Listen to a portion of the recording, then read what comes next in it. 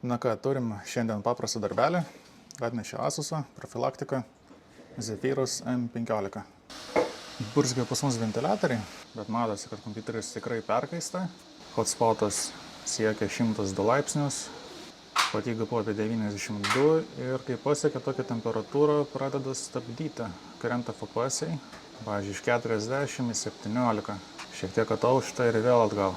CPU pas mus eina iki 95 dabar matau. Turim neblogą sluoksnį, dulkyčių. O ne, čia tas, kuris sukietėjęs labai, kur jau nebeskystas. Naudojame Conductonaut Extreme.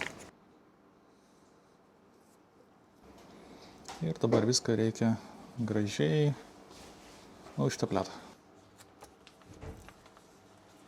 Ir matau, po profilaktikos biškai pagerėjo situacija su fanais. Nebėra to brūzgimo. GPU temperatūra 75 laipsniai, hotspotas 85 ir procesorius aplink 75 laikosi. Dažnis pakilo ant 0,1 GHz, jeigu neklystu. Bet žaidimas jisai vis tiek bus didesnis. Na, ir procedūra baigta. Jeigu turite panašių arba kitokių problemų su kompiuteriu, kreipkitės.